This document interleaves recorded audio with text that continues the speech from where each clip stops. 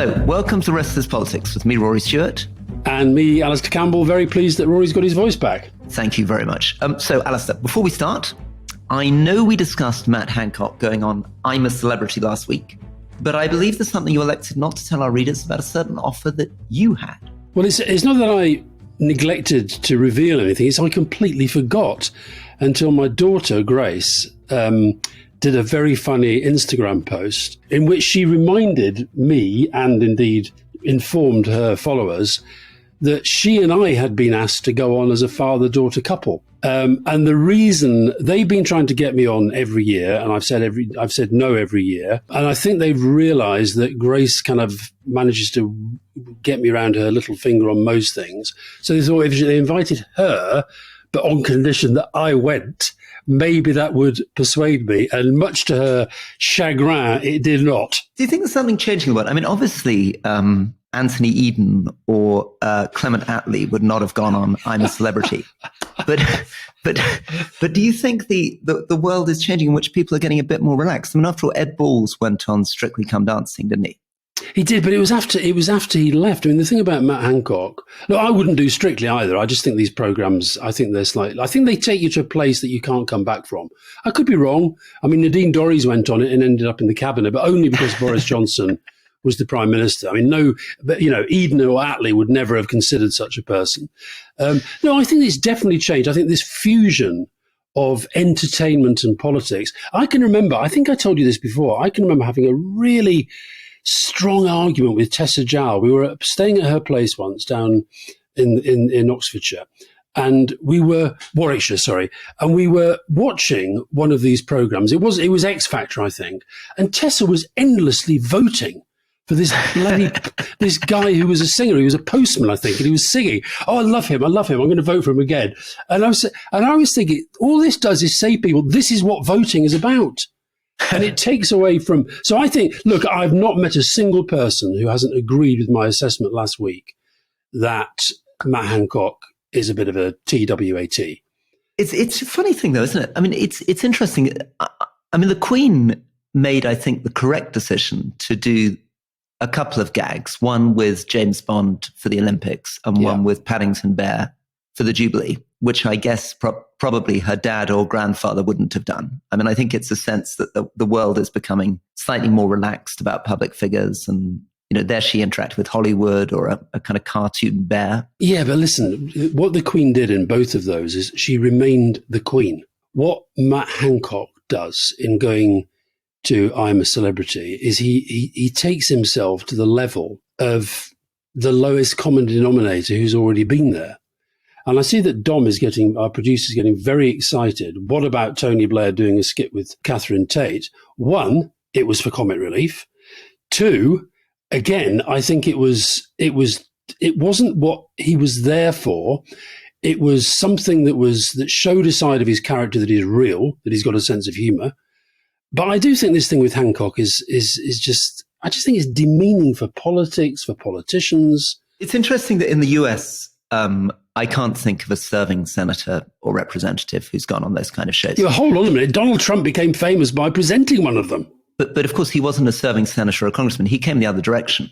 Yeah. He was a famous celebrity who came into politics. That's later. what I mean. But that sort of fusion of infotainment is 100%. But I think it would be difficult to imagine, John Kerry or Al Gore thinking that what they needed to do was go on the X Factor. I can't imagine it. But then, Al Gore, you mentioned Al Gore. Al Gore went from active frontline politics to being somebody who was both a businessman making a lot of money and a public presenter in a different way to the way that he'd done it before.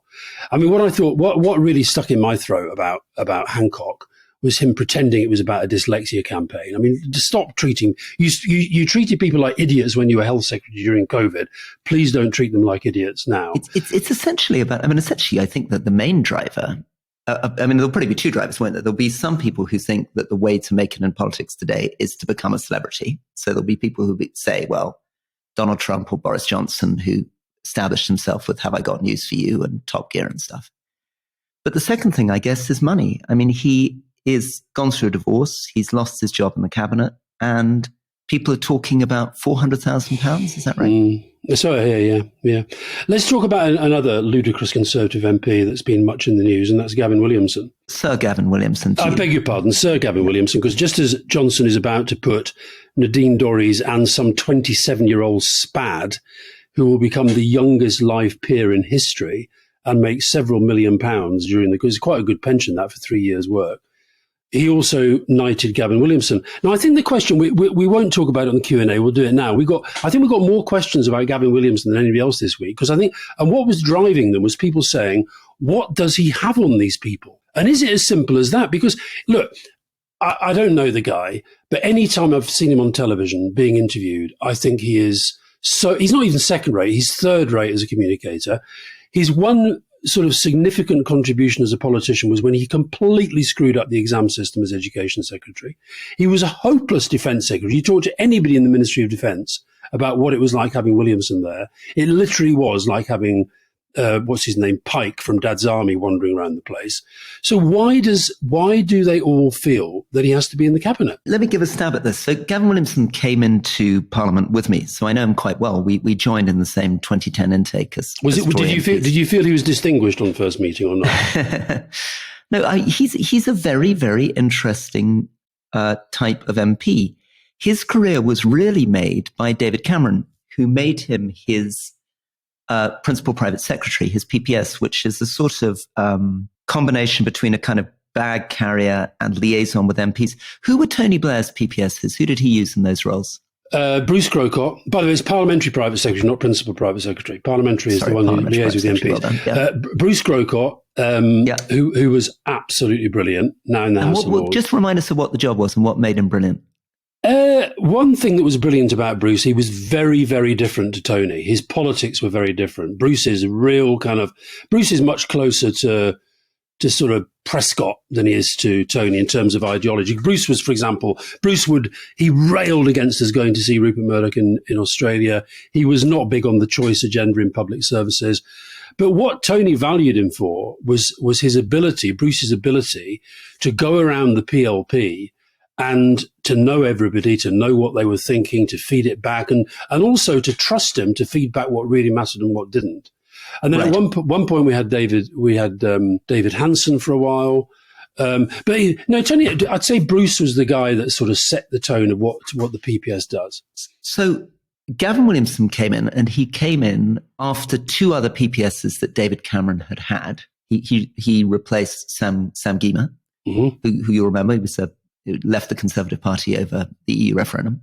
And David Cameron adored Gavin Williamson. And Gavin Williamson was very, very popular, particularly with a new group of MPs, many of whom had been councillors in northern seats who came in. He had good relationships with them. And David Cameron, very unusually, and this is the beginning of this whole story of Gavin Williamson, gave him a CBE, which is a really big medal that you would give to a very senior civil servant right at the very end of their career. So why did he do that? So David Cameron must have felt that this was the ideal combination of a sort of palace whisperer who knew everything that was going on, who had the contact with the MPs, who gave him the gossip. So he established himself first for David Cameron and then for Theresa May as her chief whip. He developed this reputation of he was called the baby-faced assassin. And he built a reputation as a kind of inside player, not somebody who'd ever been at the dispatch box, not somebody who'd ever run a department, but he had developed a reputation, kind of master of the dark arts, who knew all the MPs really well, knew where their buttons were and how to push them. And it became slightly comical. By the time he was Theresa May's chief whip, he'd got a tarantula, this spider on his desk as chief whip, which was part of trying to work up this baby-faced assassin reputation. And he had a bullwhip as well. The whole thing was slightly improbable because, of course, weird is the word you're looking for. Well, when you see Gavin Williamson, he's not exactly kind of a big kind of bruiser. So this sort of persona of being this kind of master of the dark arts, threatening guy, sat slightly oddly with the fact that he's quite a sort of slight, diminutive individual. Anyway, it clearly worked for David Cameron, clearly worked for Theresa May, because not only did she make him her chief whip, She then put him straight in as Defence Secretary when he'd never been a junior minister. The first time he appeared at a dispatch box in the House of Commons was already as Defence Secretary. He then played a very, very major part in bringing down. So he led Theresa May's election campaign, and then he flipped to Boris Johnson, turned against her. She fired him because she accused him of leaking from the National Security Council. So he immediately joined Boris Johnson, got right into the center of Boris Johnson's campaign, ran his books for him, ran his MPs for him, got Boris Johnson in, and was rewarded with being made Education Secretary. And the ridiculous knighthood. And then when Boris Johnson finally fired him as Education Secretary, because he wasn't performing as Education Secretary, as he said, there was that exam debacle, he negotiated with Boris Johnson to get an honour leaving. He wanted to get into the House of Lords, but he couldn't persuade Boris Johnson to put him in the House of Lords, so he got Boris Johnson to give him a knighthood. Now, how that works must be something to do with the fact that for all those three prime ministers, he must have been doing something behind the scenes which felt essential to him. He must have been selling himself as the kind of master of the dark arts. And then again, he managed to get himself into the center of Rishi Sunak's leadership campaign and be rewarded again by Rishi Sunak, this time not with a major department. He's, I think, a junior officer and a junior minister in the cabinet office, but again, attending the cabinet. And so I think it's a totally different career path. And it suggests something very, very interesting about this man, which I've never been able to work out. In 10 years of working alongside him, I never really understood how this reputation of this baby-faced assassin had emerged. But certainly 4 prime ministers believed it. What's really interesting about what you said there, I'd forgotten about the CBE. It's so obvious to me that this is somebody who cares more about these kind of establishment baubles. He would have got the CBE because he was begging David Cameron to give it to him. Yes, 100%. And he got the knife from Johnson because he was saying, look, if you do have to get rid of me, at least give me a knighthood. And this row with Wendy Morton, the former chief whip, and he's accused of bullying and intimidating, it's all about him not going to the Queen's funeral. He cares more. And I think people would have a little bit of respect for him. I think people quite like people who know the dark arts. I think that, Peter Mandelson and I have a reputation for knowing about the dark arts. And I think that fits what we try to do with our politics. But if I felt that he was using the dark arts because he actually really worried that Rishi Sunak didn't care enough about the future of the planet, or he really worried that head teachers in his Yorkshire constituency were worried about whether they're going to have to sack teachers to pay off to pay down the energy bills, I'd have some respect for him. But it's all about, can I get a CBE? Can I get a knighthood? Am I being respected for being a Privy Councillor? I mean, how pathetic is it to say to the Chief Whip, you're disrespecting the Privy Council by not letting me go to the Queen's funeral? It's pathetic, Rory. He's also strangely, I must say, is popular with MPs. People like him. Many MPs like him. And I can kind of relate to that. Even though he was completely against me, he obviously ran Boris Johnson's campaign and was part of a lot of these funny leakings to newspapers with stories against me and stuff. He was also very, very good after the event about reaching out and saying, how are you, and sending his best wishes through various other people. Well, that's being two-faced, Rory. For God's sake, wise up, man, wise up. So basically, if you had ever been Prime Minister, he'd have been on to, do you remember that time when I phoned you and I said this? And, could you possibly put me in the House of Lords? I'd like to be ambassador to Paris or Berlin or Washington, Rory. I mean, honestly, Rory, the guy's clearly a complete snake. A lot of this thing, can you explain this to me? Because I think the honour system is one of the things that's most ridiculous about our country. But that's my view, and I know that I'm in a minority on that. Okay, most people like it. But what is it that motivates these people? And now we have Johnson. There's Johnson. Let's talk. Let's sort of segue into COP via Boris Johnson and the honour system. There's a story in the Times this morning that his resignation on his list is now complete. Now, as you know, I don't think you should have one. I think if you're a prime minister who resigns in disgrace, all these baubles should be taken away from you. So he's going to put Nadine Dorries in the House of Lords. Ridiculous. And 2 spads, for God's sake, one of whom is 27 years old. Well, this is something that also was started by David Cameron, putting in a lot of spads, some of whom were quite young. David Cameron started this system. In fact, there was big complaints about it from the House of Lords in 2016 of using it as a way of rewarding his inner circle of aides and advisors by putting them into the House of Lords. And you're right, Boris Johnson's taken it to a different degree. I mean, he's put his brother in the House of Lords, of course. He put Joe Johnson in the House of Lords. But Rory, what is the motivation here? I just don't understand it on any level. What's the motivation for why people want to be in the House of Lords? Or why it matters so much that they have CBE, KBE? Why does it matter so much? I think the reason it matters so much is that... They do know we don't have an empire anymore, don't they? They do know that. You're living from these sort of... reflection of the fact that some people get it for doing worthwhile things. So obviously there are, leading astrophysicists, Nobel Prize winners, people who run amazing charities, extraordinary sports people who get these same awards. And I think a politician sort of hopes that somebody might mistake them for one of them. So obviously if you, given that other people who are called Sir or Lord might be an amazing sportsman, an incredible actor, an extraordinary philanthropist, you might hope, maybe you hope that they might think you're one of them. I mean, I experienced this myself.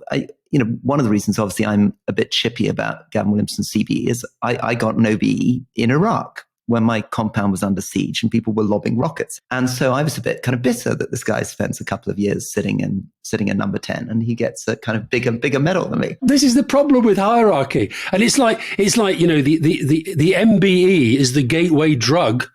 So he gets his CBE from Cameron, but it's not enough because he's looking at Sir Roger Gale. He's looking at all these Sir backbenchers who've got it for being there for 20 years. There's something even more fundamental, isn't there? Which is that behind it, of the idea of knighthood, is this extraordinary 1,000-year story of knights in shining armor, the honor of the knight. It's all bollocks. Rory, it's all bollocks. Honestly. So that's what they're selling. They're selling knights in shining armor. I think the hope is that we can all feel when we become a knight that maybe we really are at the Battle of Agincourt. As opposed to we get subsidized meals for life in the House of Lords. I mean, it's utterly absurd. It's utterly absurd. Now, look, Rory, before we started this podcast, you said, I quote, I think we should deal very quickly with Matt Hancock and Gavin Williamson. We've spent far too much time on them. I just want to say I thought Johnson looked ridiculous at COP and he made a ridiculous speech. I think he's completely lost the plot in terms of how his shtick now makes people feel utterly revolted. Now, what did you make of Sunak's performance at COP? I thought he did well. And actually, interestingly, you may have picked up that he was almost the only world leader that the New York Times quoted. And they really liked the fact that he said Putin's war, the energy crisis, not a reason to go slow on the energy transition, but we should go faster on renewable energy, was a real defining moment. And it was a very cheering moment because remember, we were in a situation with Liz Truss where they were absolutely seemed with Liz Truss and Kwasi Kwarteng to be going full fracking, full move away from green agenda. And I thought it was very encouraging, whatever the reason. I mean, it might be political. I'm pleased that he at least thinks the politics should mean that he should be leaning into climate. I think that's good. I thought that if you go to Caroline Lucas's Twitter feed, she was pretty scathing about Sunak in terms of his record as Chancellor. And also, I think look, where he's in a very strong position at the moment, potentially a very strong position, although he's not really getting much of a boost in the polls for not being Liz Truss. His big strength is not being Boris Johnson and not being Liz Truss. And that means that, saying things like, for example, we're not going to do the Royal Yacht. We are not going to have a sort of volte-face on fracking. These are pretty easy wins for him. But I think that I do think he damaged himself by indicating initially that he didn't want to go to COP, that he didn't think it was as important as everybody else was saying. I think it's a good thing that he went. I thought his speech was okay. It didn't really get any. I'm surprised the New York Times saw it as being that newsworthy. I thought compared to Guterres' speech and some of the others, I thought it was pretty tepid, to be honest. Guterres had the greatest line of all, didn't he? He said, we're on a highway to climate hell with one foot on the accelerator. Yeah. And the Daily Mail, by the way, seems to think that Ed Miliband is the cause of all our problems at the moment, which is quite a strange take. Till, of course, it seemed as though the Conservative government then endorsed Ed Miliband's comments. They did. It was funny because that was hilarious. They had a screaming front page about Red Ed wants to help out the poorest countries. And then Rishi Sunak, of course, echoed this thing. Actually, I want to talk a little bit about that, Rory. I do think one of the most interesting developments at COP is the fact that some of them very, very small countries are getting traction in this debate about whether the big polluting nations should actually be offering, it's called loss and damage, but compensation and support to those who are literally facing existential threat. And I wonder I think one of the things that may have turned this debate is the fact that I sometimes lie awake at night thinking about this thing. 1/3 of the entirety of Pakistan is currently under floodwater. 1/3 of Pakistan. And so you've got these countries. Vanuatu is at the lead of this. You've got 16 countries who've come together and they're tabling a draft resolution at the Assembly in December, requesting that the International Court of Justice gives an advisory opinion on the rights and obligations of big states, the polluting states, in relation to the effect of climate change on the smaller ones. And even though it's only going to be symbolic and it won't be binding, I think it does show the debate moving in that direction. No, you're completely right. It's a huge issue, isn't it? I mean, obviously 50%, more than 50% of the emissions since 1850 have come from the wealthy countries of the world. And when you get down to small island nations like Vanuatu, remember we actually promised that we have to talk more about Vanuatu on this show. Wasn't it Tuvalu? It was Tuvalu, wasn't it? Tuvalu. God, it's embarrassing. God, that's quite near. They're quite near to each other, but they're both at risk. Both at risk. God, thank you for picking me up on that. That's terrible. My listener from Tuvalu is going to be our listener from Tuvalu is going to be horrified. But it's even more extreme when you get to Somalia, because Somalia is an example of someone 4 years now of consecutive drought, one of the poorest countries in the world. Mm. It emits nothing. These countries do not remotely contribute to global warming, and yet they are the most extreme victims of it. And one of the things, sadly, at the heart of this is that we've been talking over 12 years since Paris about this mythical 100 billion that the world's supposed to be bringing together for climate. And of course, there's been a lot of focus on the fact we haven't got to 100 yet, maybe 85, 90.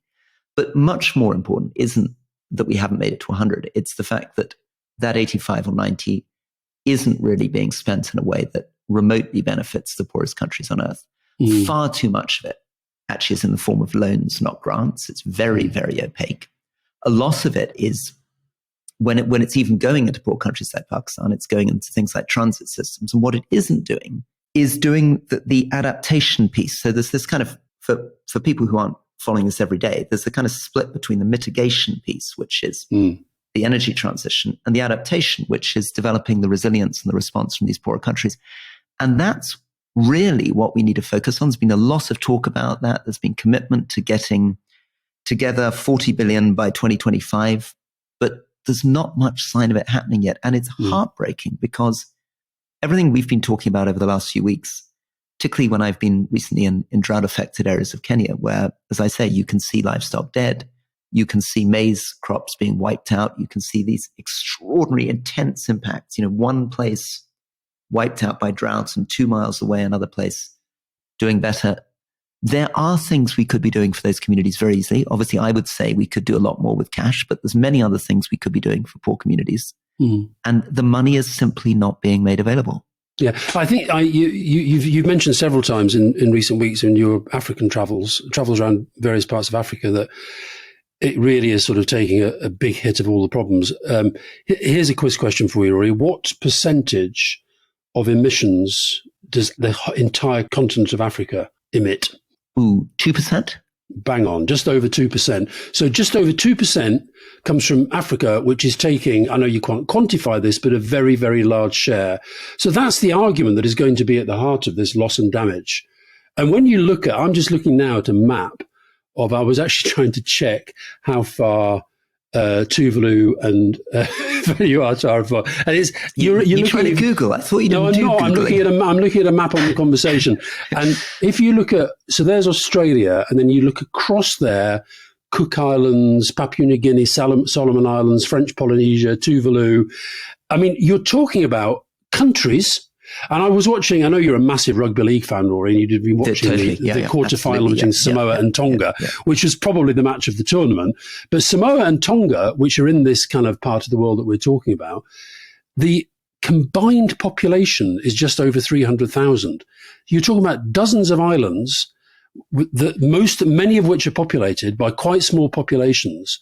Now, for them to have the political clout that they're going to require to be saved, I think is a very, very big call unless you've got the big countries with you. And of course, what was really disappointing about Boris Johnson's, the comments he did make at COP, he was basically going down the kind of, inward looking nationalist line. You can't expect the rich countries to bail out the poor was essentially his message. And the worry I have about Sunak is that I am very, very, very alarmed about this situation in relation to your old beat of international aid and development. I don't know if you've been following this debate, but the extent to which the shrunken budget for aid and development is now going actually on projects that are inside the UK. It's an accounting trick that is allowing him to talk the talk on development, but actually not walk the walk. Well, I agree. And maybe when we come back from our break, we could do a little bit on that. Yeah, and I think for this reason, though, Rory, I've still got Braverman as my favourite in the list for the first resignation, but I think Williams is kind of up there. Williamson's up there with her now. I think Penny Mordaunt's on my list, but I think Andrew Mitchell's going to have to enter my list quite soon because I don't think Andrew will be able to take the sort of con that I think Number 10 and the Treasury are trying to pull on us about aid and development. Time for a break.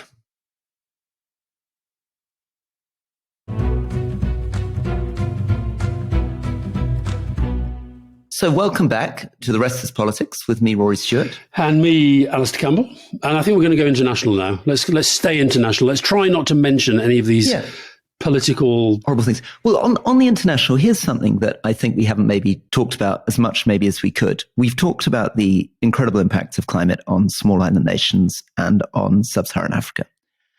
But of course, the two biggest polluters of all, China and the United States, are now suffering from very, very extreme drought. China's experienced the worst drought since records began, right the way along the Yangtze River Basin. If people are interested, there's a very, very moving, disturbing BBC clip, which you can watch, of kind of parched, eviscerated soil, bridges in rivers that no longer exist, temples and lakes that no longer exist.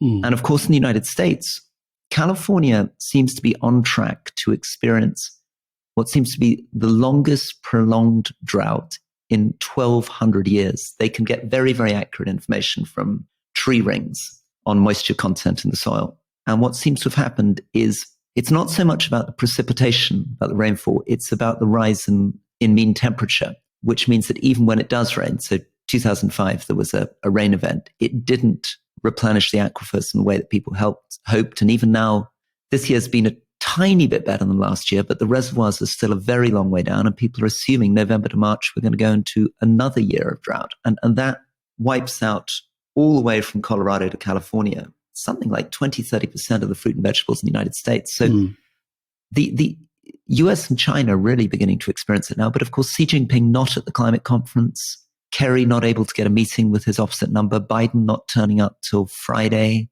I think we can excuse Biden to have to be around for the midterms. Of course, the midterm elections, well, by the time this comes out, we'll start to know how they've gone.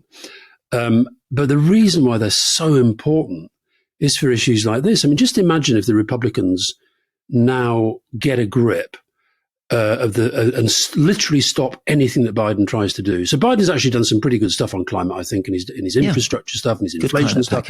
Yeah. Right. So he's done all that, and they can't necessarily unpick that. But other things that he may try to do, they're just going to block it out of ideological reasons. And likewise with so on climate, when you have I've never understood it, but part of this kind of radical right is the sort of the climate denying.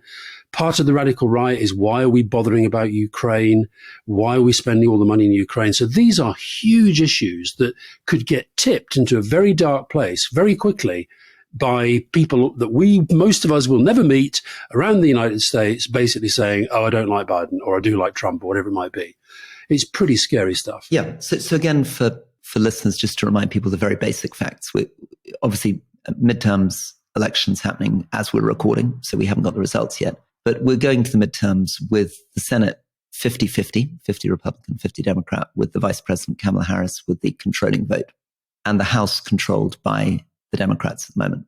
And very interesting. I mean, if you look at all the US polls today in the run up to this election, there is simply no consensus at the moment on how it's going to pan out.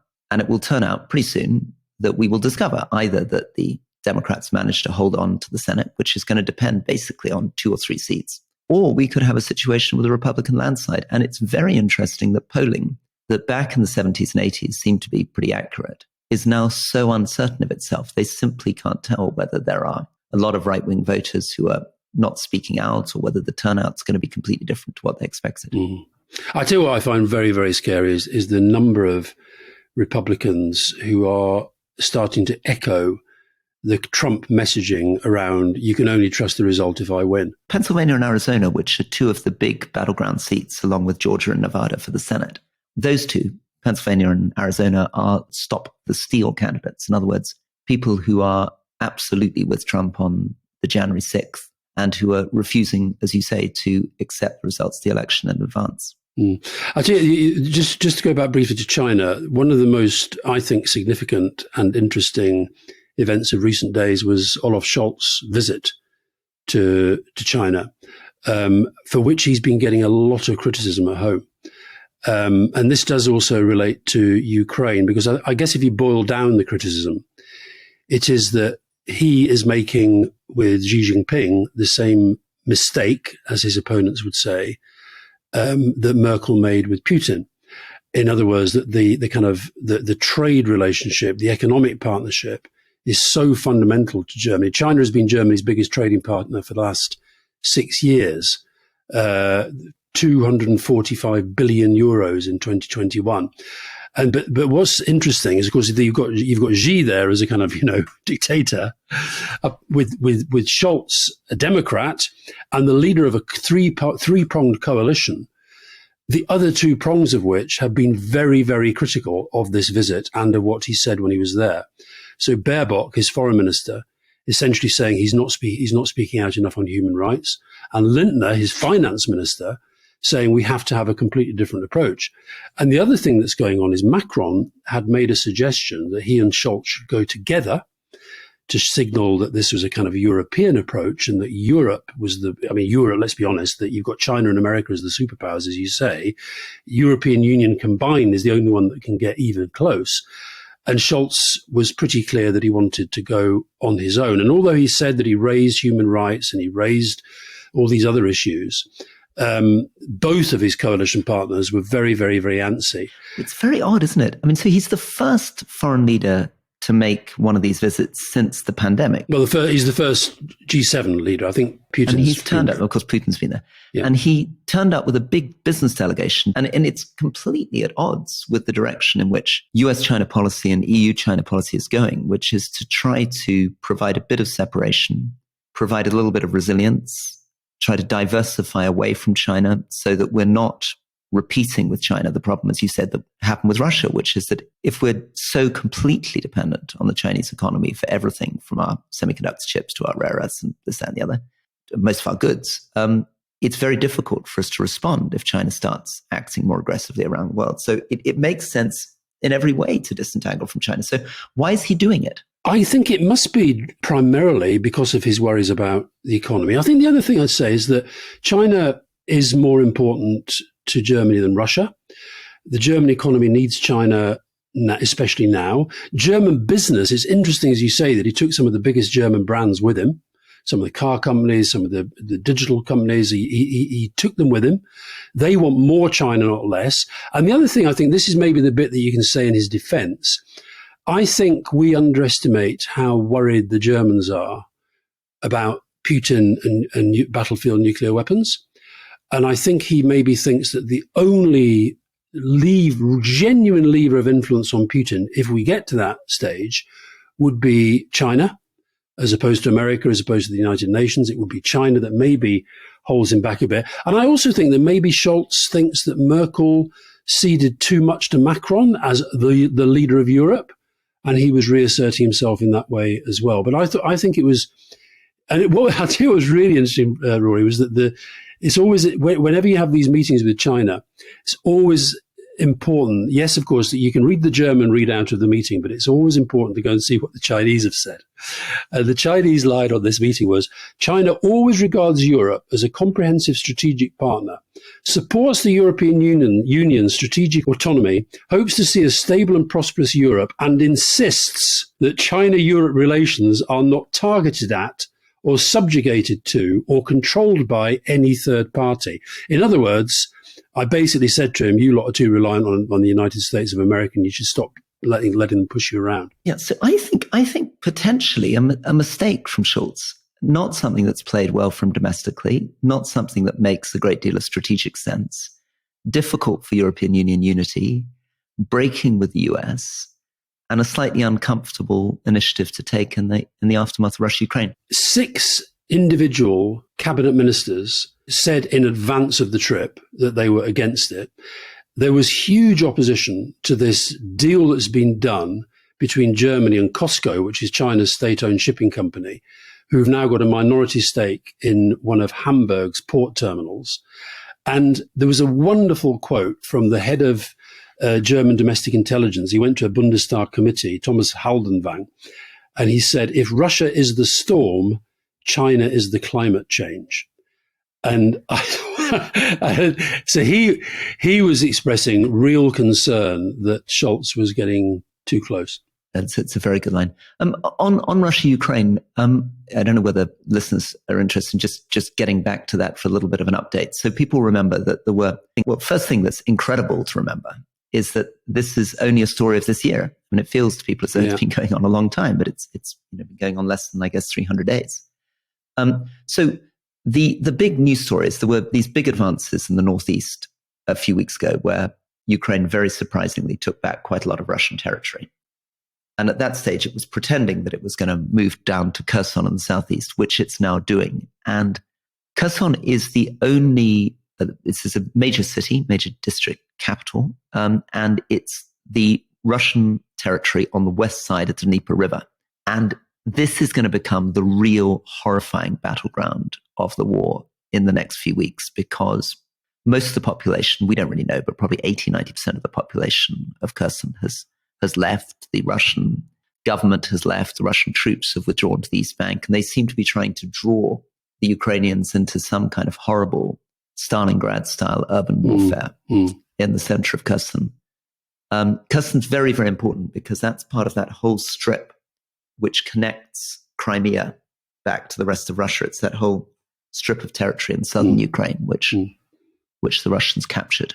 And I suppose the only other thing that's changed in the last, since we did the pod last, is increasing use by the Russians of these Iranian drones, these kamikaze drones.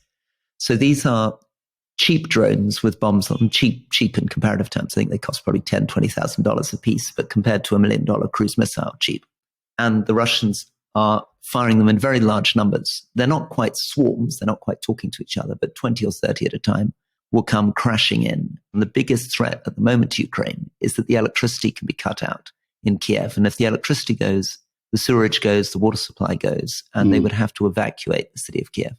I mean, your point about it being, still this year, as it were, and, we've talked before in relation to the sort of political churn about how the pace of change now is so fast that we just get used to things so quickly. I do think that one of the things that Putin is banking on is the sense of, obviously he wants the Republicans to get more power in the United States because he thinks that weakens the will that, to be fair to Biden, I think has been there.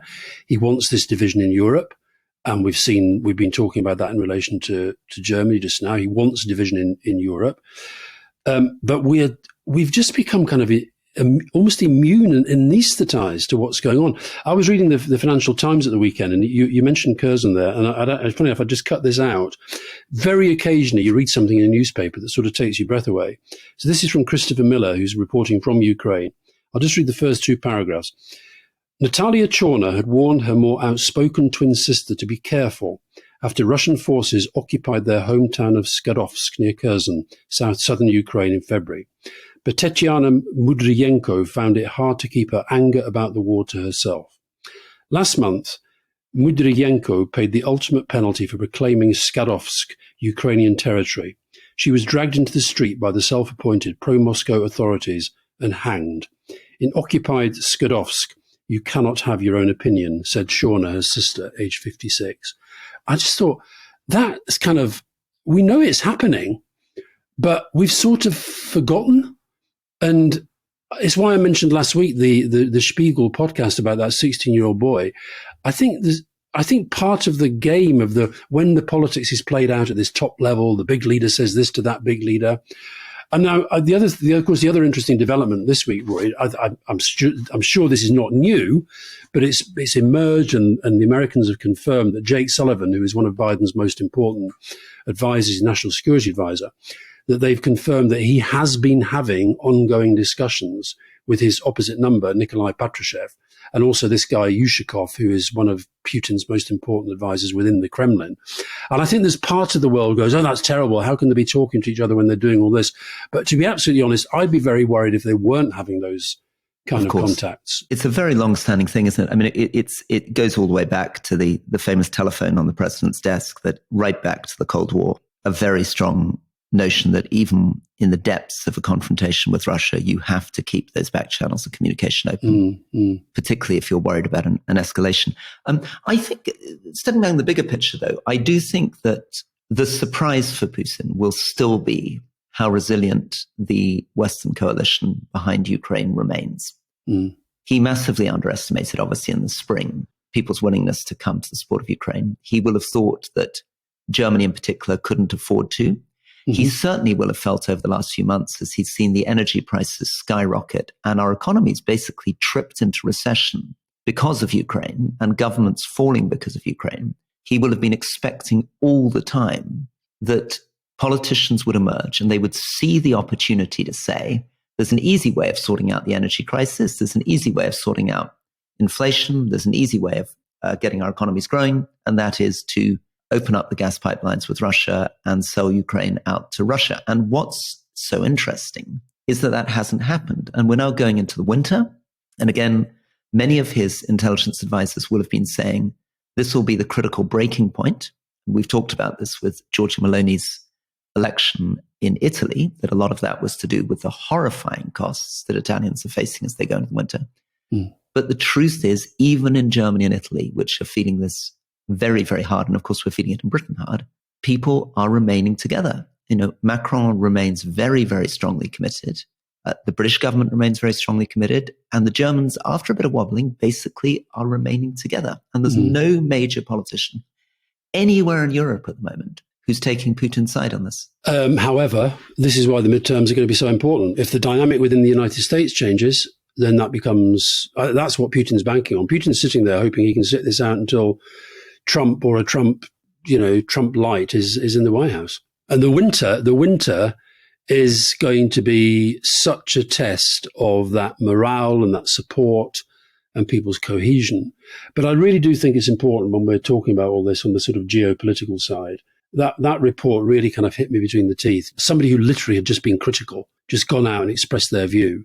And she was hanged for her troubles. Being effectively lynched. Now, what about Rory? In your holidaying around, did you get time to listen to my chat with Julia Gillard? I did, and why didn't we finish with that? I thought that was a really, really lovely interview, and I thought she came across incredibly well. She was a sort of interesting example of somebody who, we keep having this conversation. She's part of my general theory that ex-politicians are more interesting than serving politicians, because she's able to stand back and she can talk about some of the damage that politics did. She was very good, I thought, on how difficult it is being a woman in politics, but also the incredible abuse on social media. I mean, it's not just, it's particularly bad for women, but even for men. it has become a very, very unpleasant profession. I mean, the amount of abuse and hatred that's piled on politicians and how difficult it is to persuade people to stand. No, she called it a vile sewer, but at the same time, she was very clear that even though it is a vile sewer, and even though young women will get a lot of abuse if they go into politics, she hopes that that doesn't put them off. I thought she was great, and the response from our listeners was overwhelming. We got a lot of messages, by the way, saying, Rory, we need to do, if we're going to do more of these interviews, have to get more women. So I can now reveal, Rory, as the non-competitive but absolute leader in the fight to get good interviewees on this podcast. Next up will be Helen Clark, another former Prime Minister. Very good. New Zealand, big in the development world, of course, as you know. That's very good. So we'll be doing. So I'm challenging you. I'm challenging you to find me a good female leader. I'm going to cheat because I'm going to say to anyone listening to this podcast who knows Ellen Johnson Sirleaf, the former president of Liberia, can we please persuade her on? Yeah, I can get her. Don't worry. Just in case Alastair doesn't, anyone else listening, please get us Ellen Johnson Sirleaf. Tony is the route. Tony is the route to that one. But Helen, but anyway, I thought Julie was terrific, and I don't know if you saw, Rory, yet again, despite these pesky challenges, we had episode 1, 2, and 3 in the charts. Pretty strange. I'm not quite sure what's going on there. Even with your unsexy voice. Great to see you. Glad my voice is back. Well done on Julie Gillard, and look forward to talking again next week. All the best. Bye.